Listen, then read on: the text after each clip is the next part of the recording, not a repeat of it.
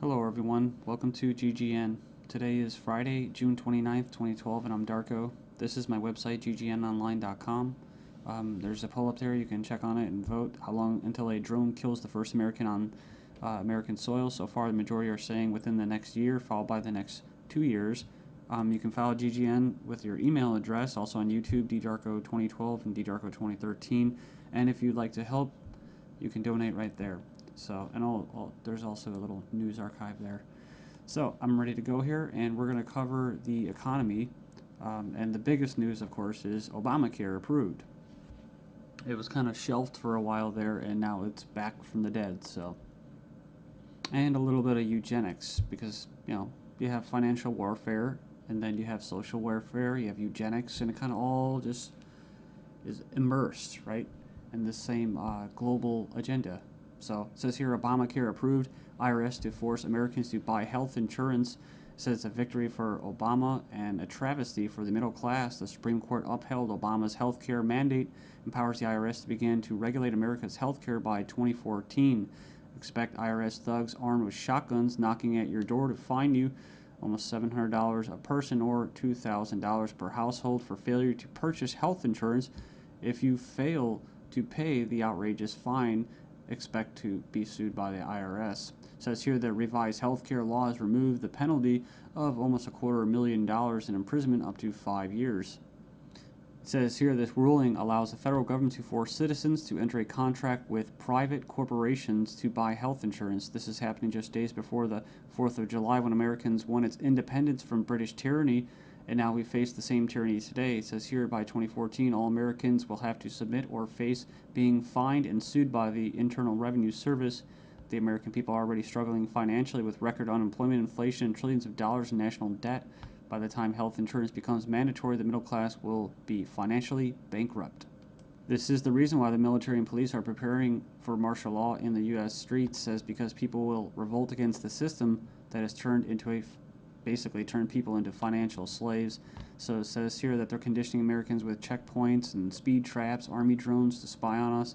We're going to cover all this, rolling out the tanks and putting military goons on residential streets to prepare us for what is to come in the future. It says here the Bilderberg Group discussed in Spain about wanting to level America into a third world impoverished nation where we're all poor under world government dictatorship. It says here soon the Americans' standard of living will drop significantly, and it won't just be the standard of living, it will be their age of death, right? Their basically the average lifespan. It says here services will be cut. We're going to get into that too, death pathway and stuff like that.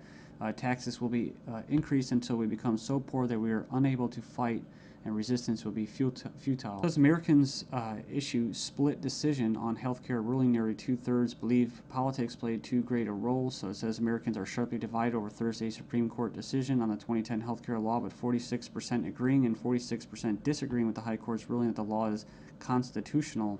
Then you have from the Daily Bail, Obamacare complicated. Check out the flow chart. And yeah, there's our buddy, the IRS, right there. But it's just a god-awful mess. And you have Secretary of Health and Human Services in the middle. All these different vested interests, all these different bureaucracies.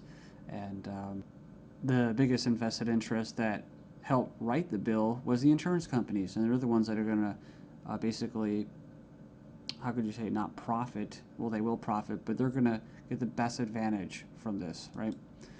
And if you would like an anarchist perspective on the whole Obamacare thing, I think Stefan Molyneux did a pretty good analysis of this. I think he held back a lot. I think he's gone over it and made his point so many times, his argument, that he was actually kind of just laid back about it. So it's kind of nice. It's 18 minutes, not too long. The truth about Obamacare, yes, it's even worse than you think. And right here in the description, he puts in there the 6 facts that he presents in his argument. So fact 1, there is no law in the U.S. anymore. Basically what he's saying is that if they could just do anything, then there's no law, right? And it's tricky because, in quote, in a stateless society, there would be what? No law. Well, there would still be common law. See, this isn't common law. This is political law. That's why you have pigs, political law enforcement, and the like that are going to be enforcing this, federal agents and that. So in other words, what he's saying is that you might as well just have no government, because right here you have a dictatorship with, quote, laws, right? They have laws that basically write in a dictatorship. So we have here Obamacare is an admission that all previous government health care programs have failed. So, and this is true. I remember the recording, about Nixon and stuff like that, getting people on Medicaid. It doesn't really matter whether it's good or not. And in fact, costs have already doubled from initial estimates, and that's usually how it works. As soon as this gets closer to fruition, oh yeah, some hidden costs. Sorry, guys. Fact 4, 70% plus of healthcare issues result from individual choice. So the thing about it, he's talking about smoking, drinking, eating basically a lot of bad food and stuff like that. You can actually help. But a lot of these people that are going to, quote, benefit from this are not going to be doing anything to help their own health, right? So it says here the inability to discriminate on pre-existing conditions is an essential driver of healthcare cost. So I think what he's saying there is it's not very free market. It says here that the fines for non-compliance are destined to rise enormously. We have 15 reasons why the Obamacare decision is a mind-blowing disaster for America. It was actually, it says here it was voted 5-4 decision to uphold the vote. And it says here, the bill, it says here the swing vote was Chief Justice John Roberts, who was appointed by George Bush, W. Bush. And not that you'd have any confidence in the judicial system as it stands, just based off past history and their track record. It says here, after the vote today, it is hard to have any faith in the U.S. Supreme Court. I guess they're saying because he was quote conservative. According to the Supreme Court, the federal government has the power to force you to buy private goods and services. And it goes on and says here that it's another step away from individual liberty, another step towards a nanny state. I hate that word. But it says here IRS is now going to be given the task of hunting down and penalizing Americans. And it says here, in fact, the Obama administration has given the IRS $500 million extra outside the normal appropriation process to help them enforce the provisions of Obamacare they're in charge of overseeing. It imposes more than 20 new taxes on the American people. And you can click the link there. If you click the title of this article, you can find it and check it out. So it says here, number 5, an attempt to control costs and promote efficiency. Obamacare limits the treatment options that doctors and patients can consider. In other words, the death pathway, right? The British system, this is likely to result in a decrease in life expectancy. That's what I was talking about in the United States in the beginning of this video. So yeah, it's going to send health insurance premiums soaring, especially for younger Americans. And, it's going to crush small businesses, as they say. And number 9, Obamacare is going to make the emerging doctor shortage in America a lot worse. So hundreds of thousands of doctors are leaving the medical profession because of this. It says here it's already forced the cancellation of dozens of doctor-owned hospitals. And it says here that the following is one example from the Alliance Defense Fund. It's an insidious little provision. It says here, did you know that this bill, you'll have to pay for life-saving drugs, but life drugs are free. So 100% free. If this plan were really about health care, it wouldn't be about, it would be the other way around. So yeah, it's like robbing from the future to pay for the living. So and it just turns into a god-awful mess. It's not even just politics, it's generational. 13 reasons why the revolution might start with Obamacare. Go in there and check that out. I'll just name a few and you can hopefully go in there and check it out. It says here that's a direct tax which is unconstitutional under Article 1, Section 9. And you can go in there and read that. It says here it violates states' rights since federal government does not have the constitutional authority to take over healthcare as stated in the 10th Amendment outlined in the Bill of Rights. This mandate is involuntary servitude or slavery to big banks and insurance industries, neither slavery nor involuntary servitude except as punishment for a crime whereof the party shall be duly convicted. Basically, the 13th Amendment. So yeah, that's the federal government's 4th of July Independence Day present to Americans. It's pretty crazy. I mean, you think the timing of this was just happenstance? I bet it isn't. Let's just show you. Just give you a big middle finger right in front of your face. Stagnating life expectancies in the United States. Poor U.S. citizens live 5 years less than the affluent, but they don't talk, what about the middle class, right?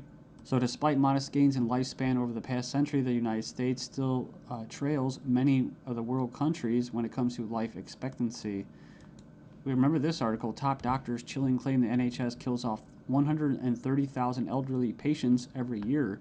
It says here, a professor says doctors use death pathway to euthanasia of elderly. Says here that Liverpool care pathway, death pathway, may be slippery slope to backdoor euthanasia. This is from 2009 from the Telegraph. Says here that the patient assessment selects those deemed close to death for withdrawal of food and fluids or being placed on a continuous sedation until they die off. Next up, we have another little example. Doctors said this individual was a typical lazy teenager. Actually, she had an aggressive form of cancer. So it goes on here. It says that she was finally diagnosed after she had an MRI scan following a fall. So basically, she was left undiagnosed for 6 months after doctors mistook her symptoms for typical teenager laziness. So as cancer rates soar due to the eugenics and that, I see these articles, European meeting to be held to raise awareness of the eugenic current of European society held in Strasbourg, France. It's hosted by the Parliamentary Assembly of the Council of Europe, or PACE, this week to address the alleged eugenic current of European society and eugenics and human rights issues of prenatal screening. It says here, currently the highest court in Europe is considering a complaint from a woman who claims that she was not given a prenatal screening which would have revealed her daughter's Down syndrome and thus allow her to choose to abort her child. They didn't go into this, which is what? Scottish toddlers to be tested to see if they will grow up to be drug addicts or criminals. So they're going to basically examine them to determine their capacity for violent crime, to be violent. But what happens when this comes to the UK? Thailand violent students to be drafted into our army automatically.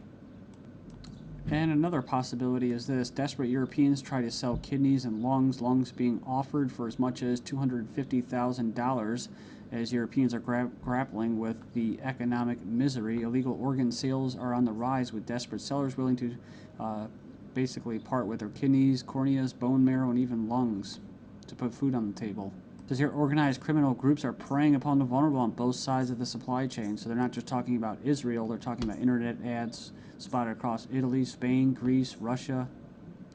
And, people leave comments about euthanasia. I don't, it's like I don't have a moral issue with somebody carrying out euthanasia as long as there's some kind of consent there.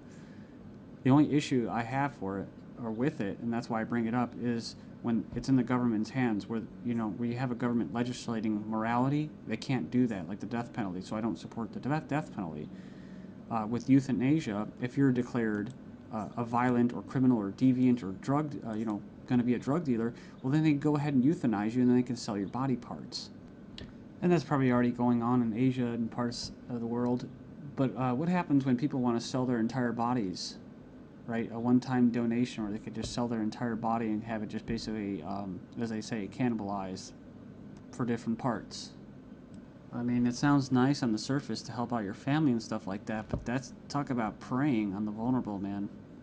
Then we have this guy, Jim Rogers, saying that financial Armageddon will happen despite the EU deal. Says the solution to too much debt is not more debt. 2 suicides in 2 days. Greece sees social backlash of crisis. I guess basically they leapt to their death. One of them was a 70-year-old man who jumped from his flat after a court clerk stopped by to issue him an eviction notice on Friday. 17 reason to be extremely concerned about the second half of 2012. Look at this. The IMF research paper showed banking crisis is far more likely to start in September than any other month. It says here, Moody's downgraded the credit ratings of 15 major global banks. I guess this organization or website, Leap, issued a red alert to the global financial system for this fall. It says here they're warning that the second half of 2012 will represent a major inflection point for the global economic system. Let's not forget about bank runs like the possible one at RBS, Royal Bank of Scotland. It's a glitch. That's right. England, they are basically preparing for a collapse of the Eurozone. And of course, our buddy, the Obamacare bill decision. Next up.